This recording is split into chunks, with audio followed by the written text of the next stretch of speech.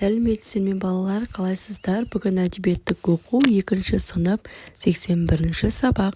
Сабақтың тақырыбы бізде туған күн.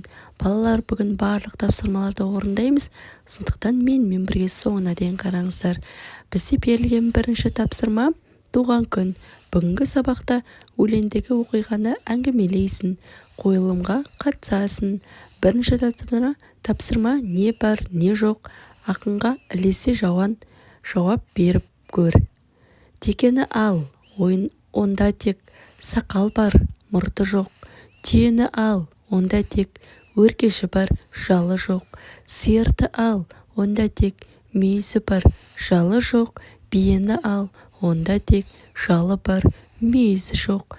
Қойды ал, онда тек тоңы бар, мұрты жоқ. Ескен Елубай. Есіңе сақта, балалар ақыны. Жамбыл облысында туған, көкжиде, көкпар, өжет атты шығармалары бар Ескен Елубай. Екінші тапсырма түсініп оқы. Туған күн. Сиыр туған күніне шақырды мал біткенді, кең дастархан үйіне жайып қонақ күткенді. Жылқы мен қой ешкі боп түйесі бар арадан, келген сыйсыз ешкім жоқ, той қол құр бара ма? Қой әкелді киізін, жасаған өз жүнінен, жөн санады мұнысын сиыр разы күйімен. Жылқы әкелді бұйданы, есілген өз қылынан, сиырға оны сыйлады, қып көрді ол жынынан. Ешкі әкелді шәлісін, өзі тоқып түбіттен, сиыр білер мәнсін, нағыз тарту бұл тіптен. Түйе әкелді жүншекпен, өте қымбат бұйымды, жомарттық деп бұл неткен, қуантты ол сиырды. Сиырға өстіп беретін, сый жасады тосылмай, қолдарынан келетін тартулары осындай.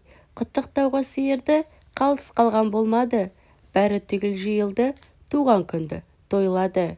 Ескен Елубай. Үшінші тапсырма өлеңге сүйеніп суреттегі кейіпкерлерді сөйлетіңдер. Өміріңіз мәнді, шаңырағыңыз сәнді болғай, дастарханыңыздан дәм тұзыңыз үзілмей, барыңыз берекеге, берекеңіз мерекеге ұлассын. Көңіліңіз көктемнің шуақты күніндей болып, жұлдызы жүзіңізден күлкі кетпесін. Балалар, менің каналыма тіркеліп, лайк басып, подписка кнопкасын басып қойыңыздар. Менің каналымда қазақ тілі және де қазақ әдебиеті, математика сабақтарының барлық жауаптарын салып қойдым. Ендеше келесі 4-ші тапсырманы қарайық. Келесі 4-ші тапсырма келгендерге сиырдың атынан алғыс білдіре сөйлеп, қойылым көрсетіңдер.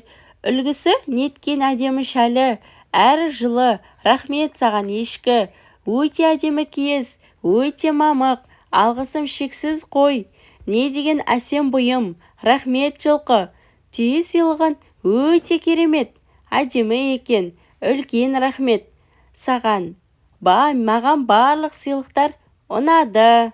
Келесі 5-ші тапсырма балалар.